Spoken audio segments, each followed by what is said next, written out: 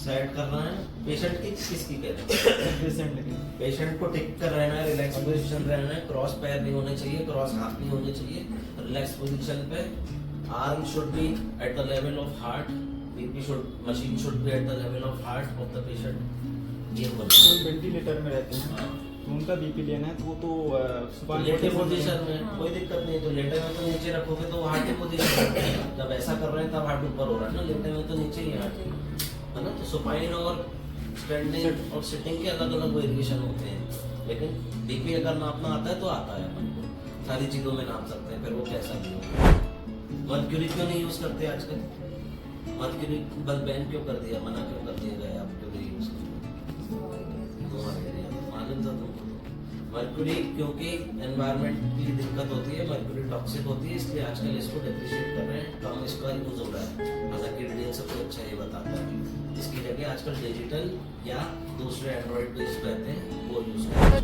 Sir mercury और जो दूसरा वाला रहता है डिजिटल वाला, उसमें अगर बीपी आता है और हाँ, मर्क्यूरी क्योंकि मापदंड जो है, गाइडलाइंस जो है वो पूरी फॉलो नहीं होती, हल्का बनाने के चक्कर में, सस्ता बनाने के चक्कर में वो पूरे पैरामीटर्स यूज नहीं हो रहे हैं। भारत में ये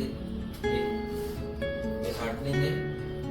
1100 का भी उपलब्ध है बीपी इंस्ट्रूमेंट डिजिटल वाला, और 20,000 का भी है, तो मापदंड उतने नहीं फॉलो होते। साथ साथ में बैटरी की लाइफ कितनी बची है, बैटरी कितना रहे, इसलिए डिफरेंस भी आ जाता है, और कई बार तरीका गलत रहता है। तो ये चीज़ है, पंपिंग क्वालिटी, पंप की कैसी क्वालिटी है, वहाँ कितना सेंसिटिव सेंसर लगे हुए हैं, उसके कारण अंतर आता है। लेकिन एक अच्छा डिजिटल मीटर हो तो उसमें आ जाती है रीडिंग, इसलिए रिलायबल ज़्यादा है। डॉक्टरों के चेम्बर में हमेशा मर्क्यूरी वाला है। कभी ऐसा होता है कि स्टेथो से चेक कर रहे हैं तो रीडिंग कुछ और आ रही है, और अगर फील करके चेक कर रहे हैं तो कुछ और आ रही है, उसका रीजन? नहीं, सेम आना चाहिए, क्योंकि वो पल्सेशन को ही फील कर रहे हो, या तो आप फील करने में अंतर कर रहे हो, क्योंकि आ तो पल्सेशन ही रही है, इससे अपन वही बात आवाज ज्यादा तेजी से सुन लेना, इसलिए यूज किया जाता है। पल्सेशन में सिर्फ सिस्टोलिक बता सकता है, डायस्टोलिक कोई नहीं बता सकता है।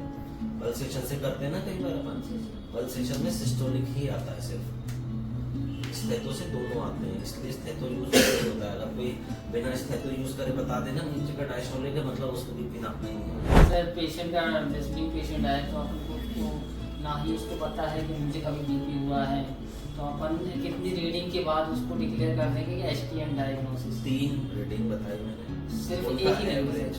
एक ही दिन की रीडिंग, हाँ, या फिर बड़ा आ रहा है ना 3 रीडिंग में। अपन ने सब आइडियल यूज किया है, पोजीशन आइडियल है, कुछ खाया पिया नहीं है, रेस्ट करवा के करवाया, और फिर बीपी आ रहा है तो ब्लड प्रेशर है उसको, है ना। कई बार एक व्हाइट कोट हाइपरटेंशन होता है। व्हाइट कोट हाइपरटेंशन मतलब डॉक्टर के सामने या अस्पताल में या क्लिनिक में ही सिर्फ समय बढ़ जाए, तो उसमें जरूर ध्यान ये देना है कि उसको बोलना है कि घर पर भी नाप लिए, क्योंकि घर पर एक उसका नेचुरल एनवायरनमेंट है, वो डरा नहीं है, तो वहाँ उसका ठीक आ रहा है। कई बोलते हैं सर आपके यहाँ आते हैं, बस आपके यहाँ ही बड़ा आता है, हमारे घर में तो अच्छा आता है हमारा, तो व्हाइट कोट हाइपरटेंशन होता है, कुछ लोगों को वो भी होता है, तो उसका भी ध्यान देना। कई बार ऐसा होता है कि पेशेंट की रीडिंग समझ में नहीं आती है और दोनों हाथ से तो अलग अलग बीपी आता है। अगर 10 mm से कम का अंतर आ रहा है तो कोई दिक्कत नहीं, 10 mm से ऊपर आ रहा है तो कुछ बीमारियां हो सकती है। जैसे इस हाथ की नस तो पूरी खुली हुई है, लेकिन इस हाथ की नस नहीं खुली है, वर्टिकुलर स्टेनोसिस है या ब्रेकियल आर्टरी स्टेनोसिस है, वहाँ का मतलब यहाँ इतना सर्कुलेशन प्रॉपर नहीं है, तो इन कारणों से हो सकता है। अगर है तो आपको डॉक्टर को बताना है अपने कि सर मैंने राइट में भी देखा, मैंने लेफ्ट में भी देखा, लेकिन अंतर आ रहा है दोनों में, तो ये अंतर आप डॉक्टर अपनी समझ से उस चीज़ को देखेंगे। अगर इतना आप बता रहे हो तो मतलब आप ईमानदारी से कर रहे हैं।